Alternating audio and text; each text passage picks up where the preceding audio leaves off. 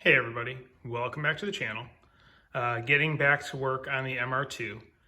So I am going to start now with doing some of the paint, refinish, touch-up work. I've done most of the cleanup that needs to be done. There's a few other, few little things, but for the most part, it's ready to start getting some of these areas cleaned up. So first area I want to start with is the driver's side.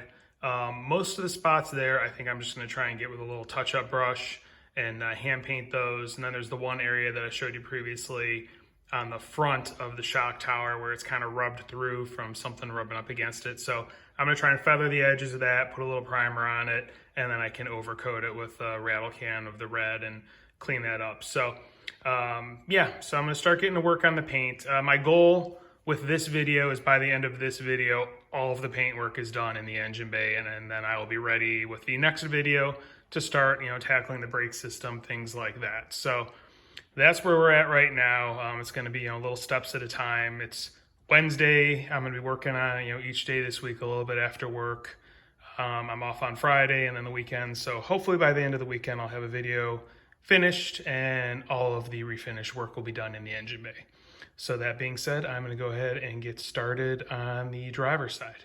All right, so I've been working on a few things here. Brush touched the spots on this upper area here. You can kind of see there's a slight difference in paint color. My plan is to let it cure and then go over it, with a sanding block, try and, blend it in, or maybe like a polishing wheel, something like that. Because I have a feeling it's just, the original paint is just kind of faded and chalky from time. And then over here, you can see I put some primer on the spots where it was down to the metal after doing some feathering. I'm just letting that cure completely.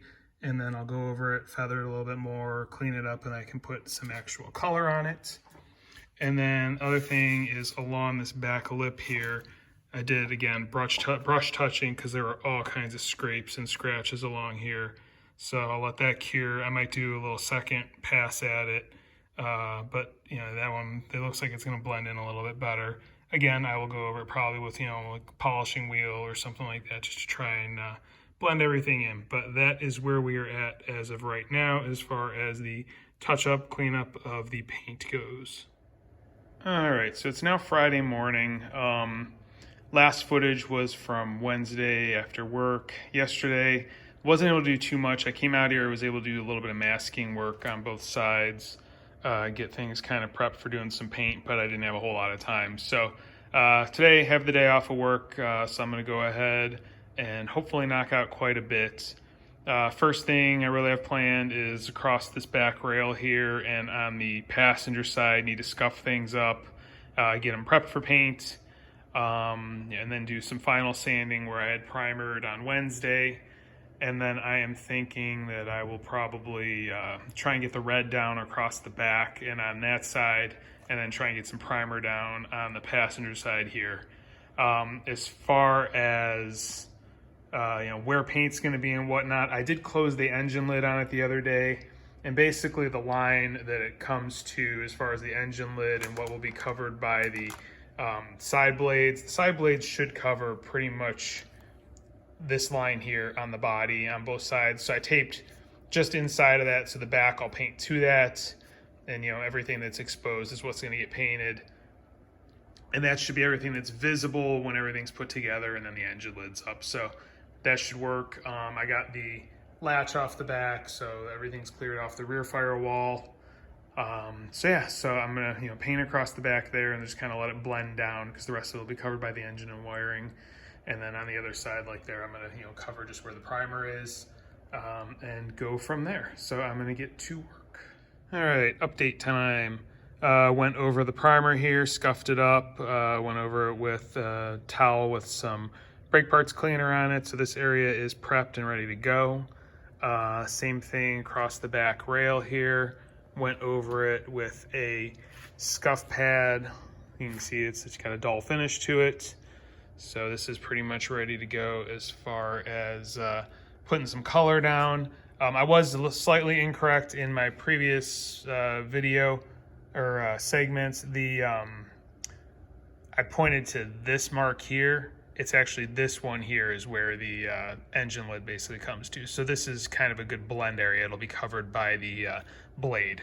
And then over here, same thing, did a little scuffing and prepping. This is gonna get primered first just because there's some metal showing down there. I wanna put some primer over those areas.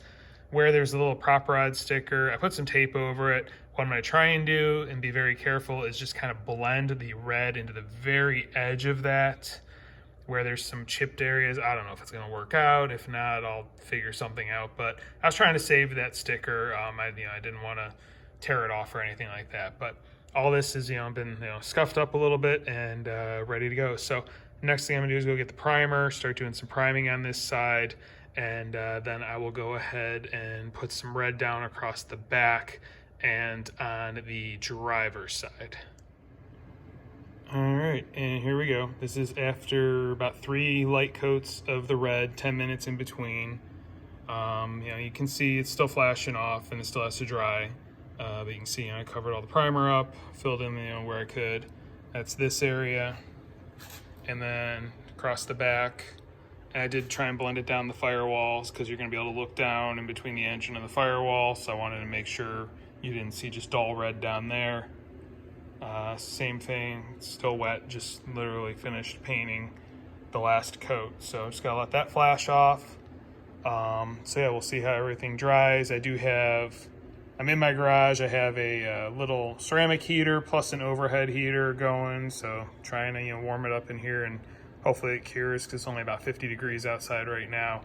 But yeah, so that's pretty much what I'm gonna do today. Let this cure really good. And then I'm hoping as far as, some of the mismatches here with, the old paint up here that I can, get some, polishing compound because it just looks like it's faded and whatnot. And, kind of blend it in with, polishing compound and a small buffing wheel just to try and bring things back. I know a lot of this over here is going to be covered anyway. That's why I wasn't as worried, you're going to have a catch can here or the charcoal canister there. You're going to have the fuse box here.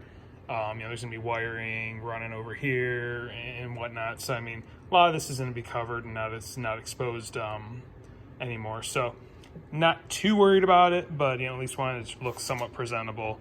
And, like I said, I'll go ahead and try and polish it out just to blend things in with the polish. And then over here, all the primer is down where I wanted it. So it's pretty much just a case of letting that cure overnight, and then tomorrow I can work on paint on that side. So that is pretty much what I am going to do today. All right, so here we are, Saturday morning. Everything's had, overnight to dry. Taking a look, pretty happy with how it has turned out. Back rail looks so much better than it used to. So definitely happy there. So today's to-do list is over here on the passenger side.